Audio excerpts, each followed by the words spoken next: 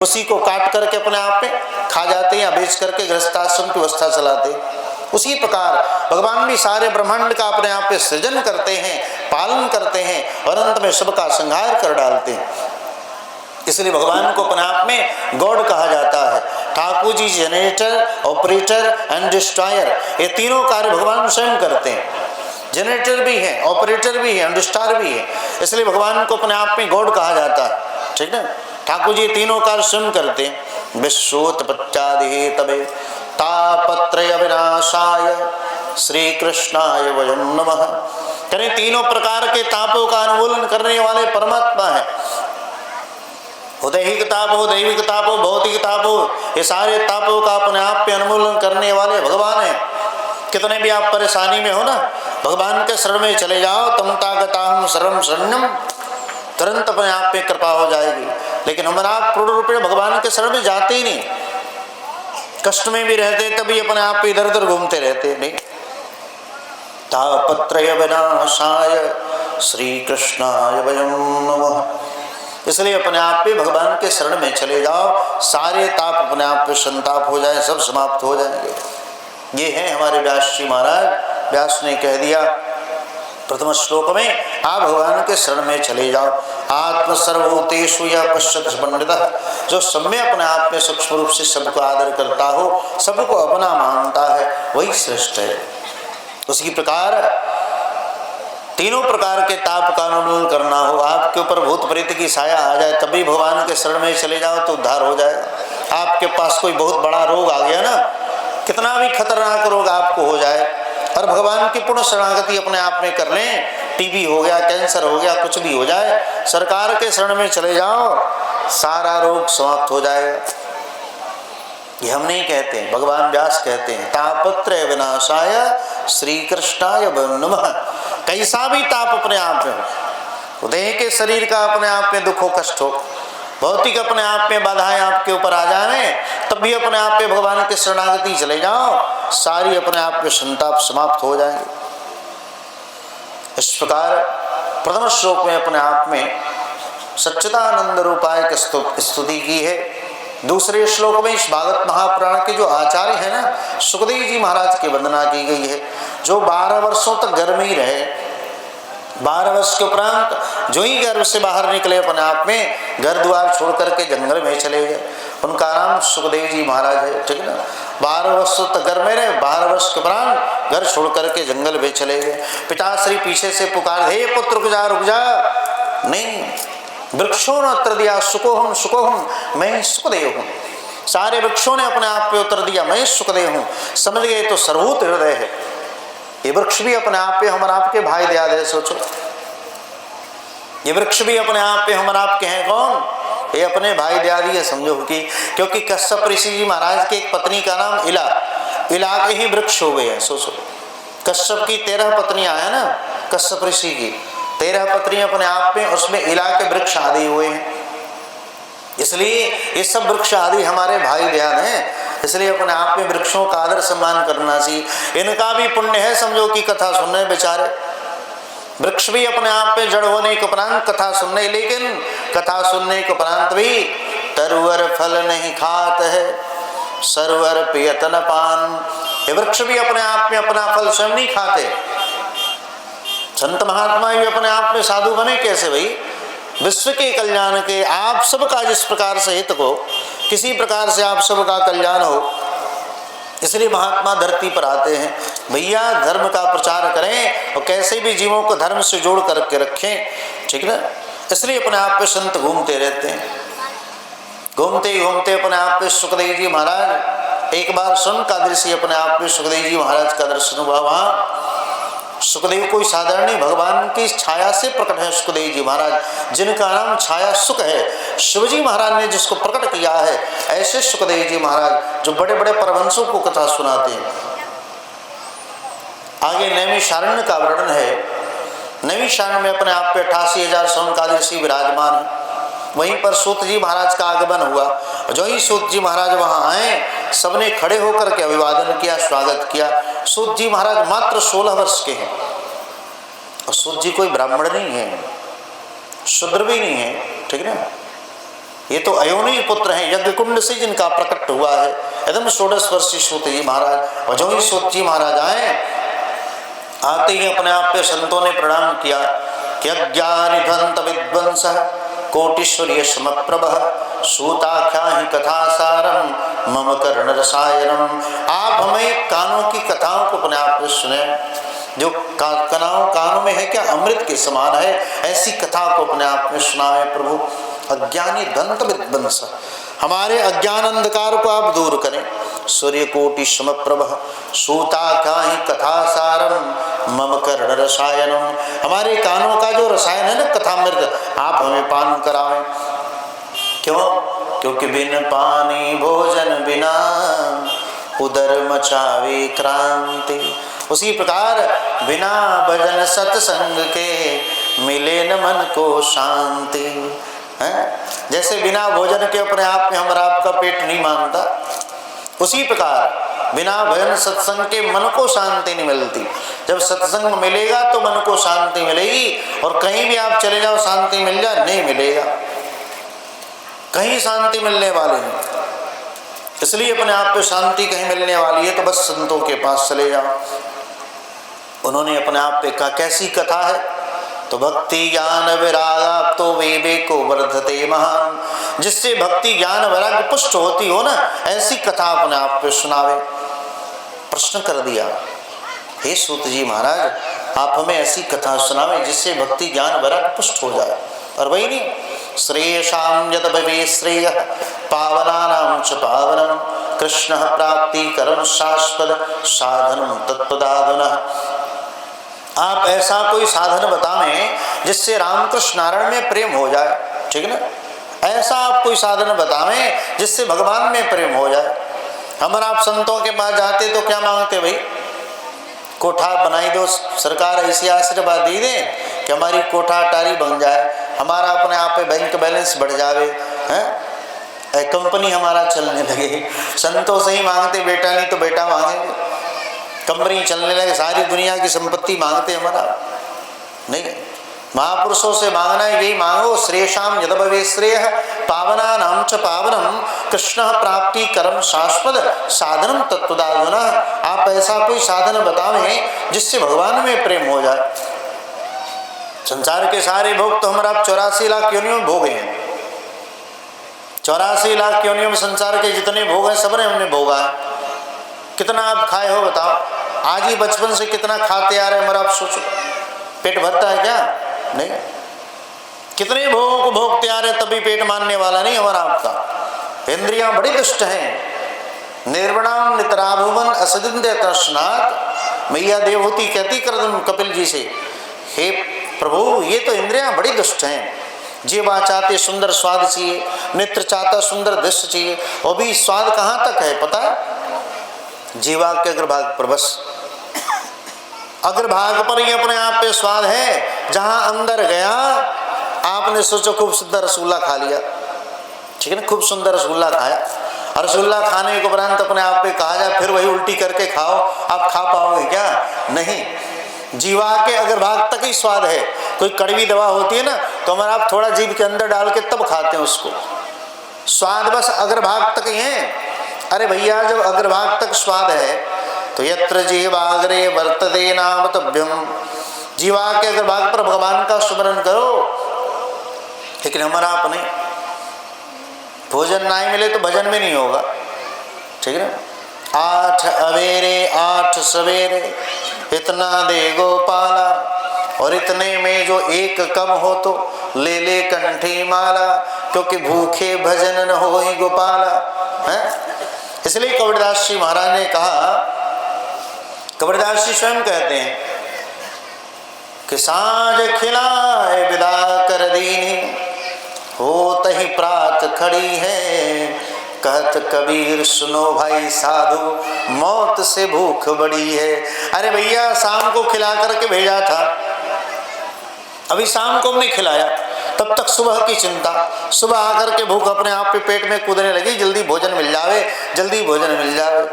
कि साँझ खिलाए विदा कर दीनी, हो तही प्रात खड़ी है, कहत कबीर सुनो भाई साधु मौत से भूख बड़ी है। अरे मृत्यु तो एक दिन आएगी ना, ये भूख प्रतिदिन आकर के खड़ी हो जाती है, सोचो।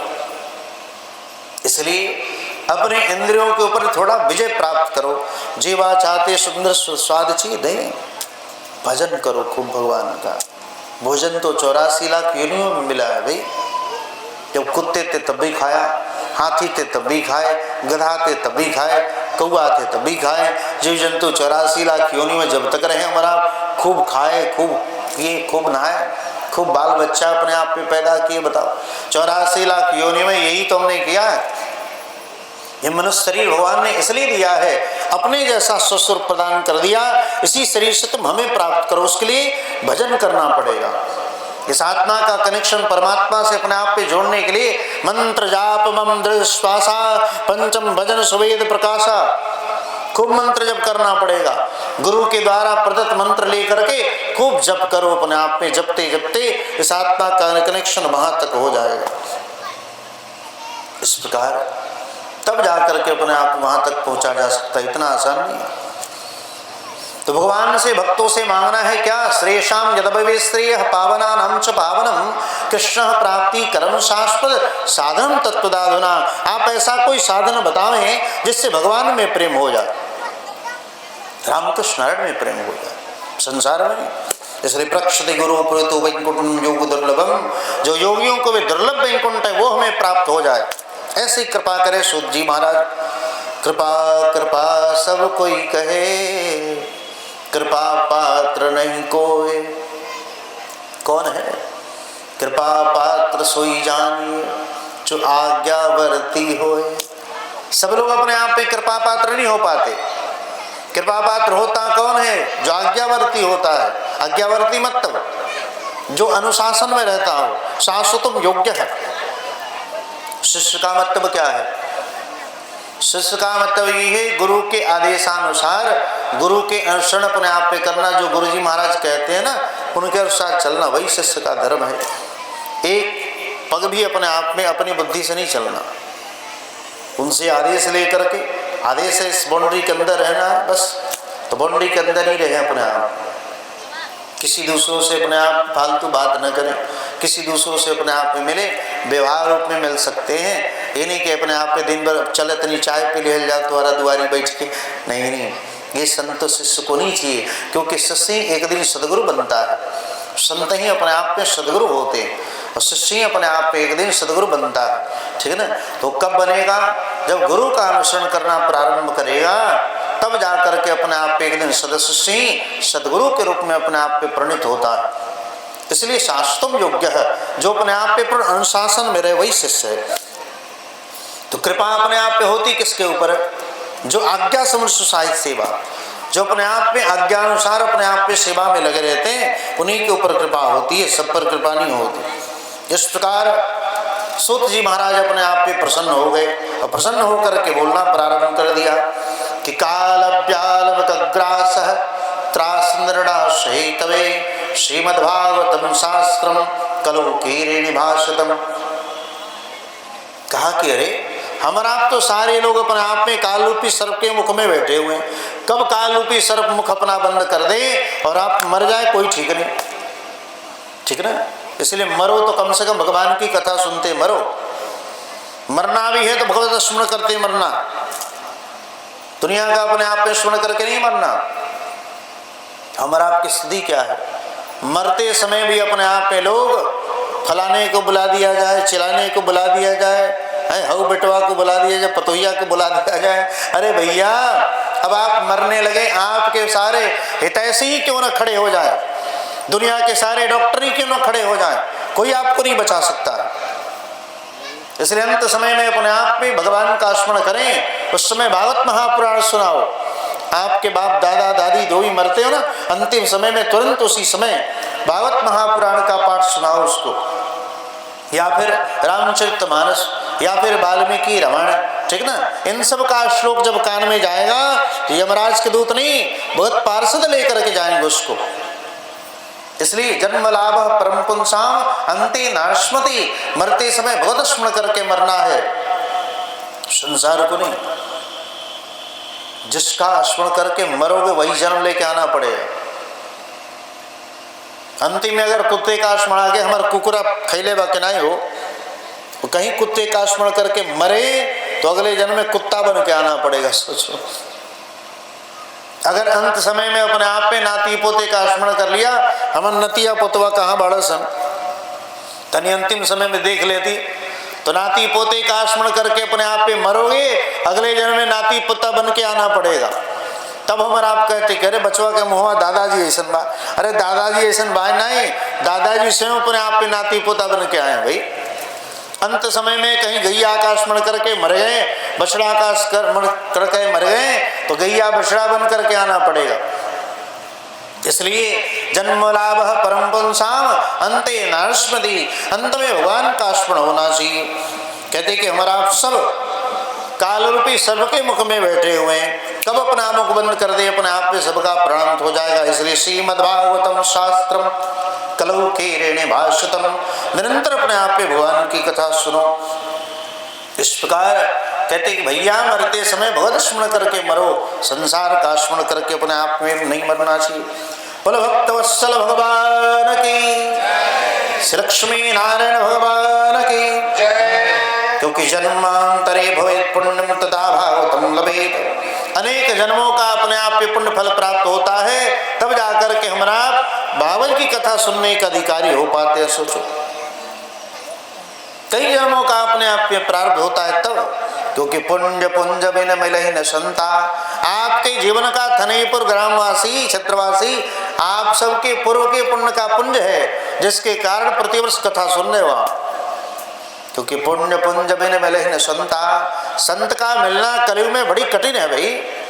प्रवचन करता हजारों लाखों मिल जाएंगे, लेकिन महात्मा मिलना बड़ी कठिन है, संत का मिलना बड़ी कठिन है, क्योंकि संत गिने चुने महात्मा। इसलिए प्रवचन करता तो अपने आप में जिधर जाओगे हर जगह 2-4-10 अपने आप में मिल जाएंगे, 50-100 मिल जाएंगे, लेकिन महात्मा मिलना बड़ी कठिन है, क्योंकि महात्माओं के दर्शन से जीवों का कल्याण हो जाता है। ठीक ना, संत दर्शन पात कटरे। इस प्रकार परीक्षिते कथा उत्तम सभायां स्तुते शुके सुदाकम गृहीत्वा देवास्तमागमः। उसी समय अपने आप पे सुखदेव जी महाराज परीक्षित को जब सांप लगा तो गंगा के किनारे बैठे। सुखदेव जी महाराज अपने आप पे जब सुनाने के लिए आए, तुरंत उसी समय देवता अमृत कलश लेकर के आ गए। कहा कि अमृत कलश अपने आप पे अमृत पिलाई दो और हमें कथा दे दो। सुखदेव ने फटकारा, कस्तुदा को कथालोके कोकाचक मुनिमान ब्रह्मरातो विचार्युम तथा देवाम जहां सा। कहा अरे दुष्ट देवताओं, कहाँ ये भगवान की कथामृत और कहाँ तुम्हारा तो क्षमृत। अगर इस अमृत को पीने के उपरांत तुम सब अमर होते तो बताओ, जब रावण कुंभकर्ण दैत्य आते हैं तो मेरुगिर खुहा जाकर के कंदरा में छिपना पड़ता है, नदियों के कछाओं में छिपना पड़ता है। इसका मतलब क्या है, तुम सब अमर नहीं हो।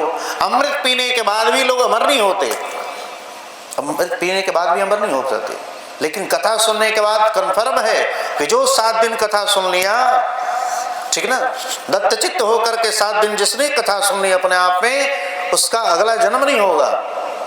सोच लो, अगर आप सबने आज से लेकर के और 7 दिन तक अगर विधिवत अपने आप में कथा सुन ली तो आपका अगला जन्म होगा नहीं। पुनरपि जननम पुनरपि मरणम पुनरपि जननी जठरे शयनम, इस आवागमन से मुक्ति हो जाएगी। लेकिन कथा सुनने के उपरांत भी ये अंडा मुर्गा मुर्गी अपने आप में खाना छोड़ दें। अब 7 दिन जब हम आ गए ना, ये सब अपने आप पे कुछ उल्टा पुल्टा मत खाना। आप सब लहसुन प्याज आदि छोड़ करके विधिवत अपने आप पे 7 दिन आप कथा सुने, तब जा करके अपने आप पे मुक्ति मिलेगी।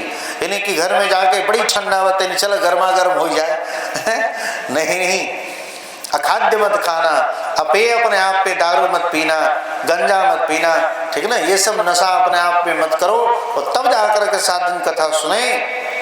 निश्चित है आपका अगला जन्म नहीं होगा। पुनरपि जननम पुनरपि मरणम पुनरपि जननी जठरे शयनम। आप स्वयं भगवत धाम अपने आप पे चले जाओगे, आवागमन से मुक्ति हो जाएगी। इसलिए ठीक ना, ये सब छोड़ना पड़ेगा। अखाद्य मत खाओ, अपेय मत पियो, पीने योग्य हो वही पिए। शरबत पी लो, कितना सुंदर गन्ने का जूस पी लो अपने आप है, दूध पी ले, मलाई खा ले, रबड़ी खाई ले, अखाद्य मत खाओ अपने आप। फटकार करके भगा दिया। कशुधा को कथालोके को चक्काच मणि महाम मरातो विचार्यम तदा देवाम जहाँ सह। कार्य दुष्ट देवताओं चले जाओ यहाँ से, कहाँ अपने आप पे दिव्य कथा, क्योंकि हमने सुना है आप सब जब रावण कुंभकर्ण आदि आते हैं तो रावण आवत सुने सकोहा देवन तके मेर गुर खोहा। अरे जब रावण कुंभकर्ण आदि आते हैं ना, ये सब जाकर के कंदराओं में छिप जाते हैं। बताओ, इसलिए कथा अपने आप पे अमर बनाने वाली है। तेतम भुक्ताम सर्वलोकम विशालम क्षीणे पुण्यमत लोकम विशंति। वहां जाने को उपरांत भी हमारा आप कितना भी पुण्य करे और भगवत धाम अपने आप पे चले जाए तो वहां जाने को उपरांत भी जहां पुण्य क्षीण होता है नीचे आना पड़ता है। भगवान ने कथा नहीं सुनाई सुखदेव ने, क्यों? बैठ करके सुनते तब तो सुनाते ना, खड़े होकर के आकर के तस्करी कर रहे थे। बता, जैसे कोई अंटी लेके आए, अंटी समझते ना, अंटी माने चाची नहीं, अंटी माने वो शीशे वाली गोली, ठीक है, वो शीशे वाली गोली जो बचपन में हम लोग खेलते थे ना, अंटी अंटी, तो शीशे वाली गोली कोई लेके आवे और कोई डायमंड से हीरा से कहता हो इससे अदला बदली कर लो, कोई करेगा? नहीं करेगा। कोई गधा लेकर के आवे और कहे कि अपना हाथी हमें दे दो और इसके बदला गधा ले लो, कोई करेगा? नहीं करेगा। उसी प्रकार अपने आप में ये स्वयं अमृत लेकर के आए और कहा कि कथा हमें दे दो, तब जाकर के फटकार करके भगा दिया और कहा कि अभक्तांश विज्ञाय न ददौ कथामृतम। अभक्त जान करके कथा सुन नहीं सुनाई, भक्त होते तो बैठ करके सुनते ना, अभक्त जान करके कथा नहीं सुनाई। इसलिए राम कथा के ते अधिकारी जिनके सत्संगति अति प्यारी। भगवान की कथा के अधिकारी सब लोग नहीं हो सकते, जो परम सत्संगी हैं, जिन्होंने अपने आप पे सत्संग किया हो, संतों का शरण किया है, वही सुन सकता है। सब लोग नहीं सुन सकते। सब लोग तो दिन भर खाने पीने बनाने में ही रह जाएंगे, सुन नहीं सकते। कौन सुन सकता है? जो सत्संगी हो, ठीक है ना, जीवन में संतों का जिसने संग किया हो ना, वही सुन सकता है, सब लोग नहीं सुन सकते। इसलिए स्वयं अपने आप में राज्यो मोक्ष, 7 दिन खूब सुंदर कथा हुई। तो राज्यो मोक्ष तदावक्ष पुराधा विस्मृता। जब देखा कि अरे सर्पदंश होने के उपरांत, कथा सुनने के उपरांत दिव्य लोग को अपने आप पे जा रहे, कहा गए कैसी ये कथा है? राज्यो मोक्ष तदावक्ष पुराधा विस्मृता। ब्रह्मा भी देख करके विस्मृत हो गए। श्रीमद्भागवतम शास्त्रम कलौ किरेण भाषितम। तब जाकर के सत्यलोकम तुलाम बद्धा तोल्यस्तनांजय, वहां अपने आप एक तराजू का निर्माण किया गया। कहा? सत्यलोक में, ब्रह्मा के लोक में एक तराजू का निर्माण किया गया है। एक पल्ले पर जितने जीवन के तप थे, दान थे, पुण्य थे, सब रखा गया। और एक पल्ले पर जो ही अपने आप में भागवत का ग्रंथ रखा गया, लघु ज्ञानानि जातानि गौरणे दमहत। जो ही भागवत का ग्रंथ एक पल्ले पर रखा गया तो भागवत तुरंत अपने आप के प्रभाव से नीचे आ गया और जितने भी दान पुण्य तप थे ना, सब ऊपर आ गए। बोलो भागवत भगवान की। इस प्रकार श्रीमद् भागवत महापुराण ग्रंथ ब्रह्मा देखा कि ये भागवत है क्या भैया? समझ गए कि भागवत कोई साधारण नहीं, ये भगवान का अपने आप में साक्षात विग्रह है। इसलिए अपने आप पे भागवत को भगवान का विग्रह समझ करके ब्रह्मा ने अपने आप पे प्रणाम किया है। इस प्रकार एकदा आखिर कहते कि कथा कहाँ से? तो सबसे पहले नारद जी महाराज अपने आप पे धरती पर घूमने के लिए आए। सोचा कि चलो चलो तीर्थों में चलते हैं, वो भी भारत भूमि में जहाँ अनेक संतों का अवतार हुआ, भगवान के अवतार हुए, ऐसी धरती पे चले। तो एकदा ही विशालायाम चत्वारि शोमला सत्संगार्थम समायाता दशरथ नारद। नारद जी महाराज अपने आप में जा रहे थे बद्रिकाश्रम की तरफ घूमने के लिए। जो ही बद्रिकाश्रम की तरफ गए तब तक वहां संत का दर्शन हो गया, क्योंकि बिना हरि कृपा मिले ही नहीं संता। नारद जी आए तो बद्रिकाश्रम में संतों का दर्शन हो गया, क्योंकि तात मिले पुने मात मिले सुत भात मिले युवती सुखदाई। कि राज मिले गजबाज मिले सब साज मिले मनवांछित पाई। यह लोक मिले सुरलोक मिले विदलोक मिले वैकुंठ जाए। क्योंकि सुंदर साज सबे मिले हैं पर दुर्लभ संत समागम भाई। दुनिया में सबसे बड़ा दुर्लभ चीज है क्या? संत का सानिध्य प्राप्त हो जाए। संतों का मिलना बड़ी कठिन है भाई। उनकी जब विशेष कृपा होगी तब संत महात्मा मिलते हैं। तब जाकर के अपने आप के संत में नारद जी को देखा। नारद जी ने मुंह लटकाए हुए थे। कथम ब्रह्म मदन वकः कुतश्चिंता तुरो भवान। अरे नारद जी महाराज, हे ब्रह्मपुत्र नारद, आप मुंह लटकाए क्यों घूम रहे? कहा कि महाराज क्या बतावें, अभी धरती पर घूमने गए थे हम। क्या देखा? अहम तुम पृथ्वी ज्ञातो याक्ता सर्वोत्तमामति पुष्करम च प्रयागम च काशी गोदावरी तथा। मैं पुष्कर में गया, काशी में गया, प्रयाग में गया, कांची में गया, कहीं अपने आप में पवित्रता नहीं। क्या देखा? सत्यम नास्ति तपः शौचम दया दानम विविद्यते।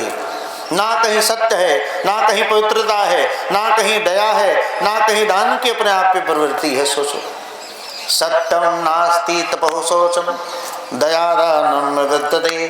ना कहीं सत्य है, ना कहीं पवित्रता है, ना कहीं दया है, ना कहीं दान है। ये सब अपने आप पे कलयुग में समाप्त हो गया। न योगी न सिद्धो वा न ज्ञानी सत्यो नराः। ना कोई सिद्ध है, ना कोई ज्ञानी है, सत्य भी नहीं रह गया। दिन भर लोग झूठ ही बोलते रहते हैं। बचपन में हमारा बोलते थे सत्य बोलना चाहिए भाई, झूठ मत बोलो सजन रे, झूठ मत बोलो, खुदा के पास जाना है। ठीक है, ये शायद कोई गाना था उस काल में, उस समय में। सोचो, उस काल के पहले के गाने भी बड़ी सुंदर सुंदर होते थे। उपदेशात्मक, तेरे द्वार खड़ा भगवान भगत भर दे रे झोली, है, ये फिल्मों के गाने होते थे। लेकिन उस काल के जो गाने भी होते ना, उससे कुछ ना कुछ शिक्षा मिलती थी। इस प्रकार क्या देखा? तो सत्यम नास्ति तपोसम शौचम। ना किसी के अंदर सत्य है, ना किसी के अंदर पवित्रता है। शौच यानी पवित्रता, यानी हमारा आपके अंदर पवित्रता होनी जरूरी है। आज स्थिति क्या है? लोग बुफेलो सिस्टम में भोजन करते हैं। बुफेलो समझते ना, बुफो सिस्टम, भैंसघर वाला सिस्टम। और उसके साथ साथ एक पेपर दिया जाता है, प्लेट के साथ एक पेपर। भोजन करते हैं, उसी में पूछ पाछ के काम चला ही लेते। कहा तुम्हारा हाथ धोआ गिल बारे भैया वाह, और उसी जूठे हाथ से भगवान को स्पर्श कर लेंगे, किसी को प्रणाम भी करेंगे। नहीं नहीं, ठीक है ना। इसलिए अपने आप पे हाथ जरूर धो लेना चाहिए। भोजन करने के बाद हाथ आदि प्रक्षालन करें, जरूर धो। शौच आदि करने के उपरांत रघुशंका शौच आदि गए तो अपने आप पे हाथ पैर धो करके कुला मखारी कर लेना चाहिए, आचमन करना चाहिए। क्योंकि बिना आचमन के अगर आप साधु हैं, ब्राह्मण हैं, ब्रह्मचारी हैं तो आचमन जरूर करना चाहिए। ओम केशवाय नमः, ओम नारायणाय नमः, ओम माधवाय नमः। इसके बाद ओम ऋषिकेशाय नमः, हस्त प्रक्षालन, हाथ धो लेना चाहिए। क्योंकि बड़ी बड़ी सती नारियां भी अपने आप पे उनका दर्शन नहीं हो पाएगा। उतंक जी महाराज जब कुंडल लेने के लिए गए रानी का, ठीक है ना, रानी के कुंडल से अमृत झर रहा था। गुरुवाणी ने कहा कि हमें वही अमृत कुंडल चाहिए। तो जब अमृत कुंडल लेने के लिए अपने आप पे गए उतंक जी महाराज, तो जहीं वहां गए राजा का तो दर्शन हुआ।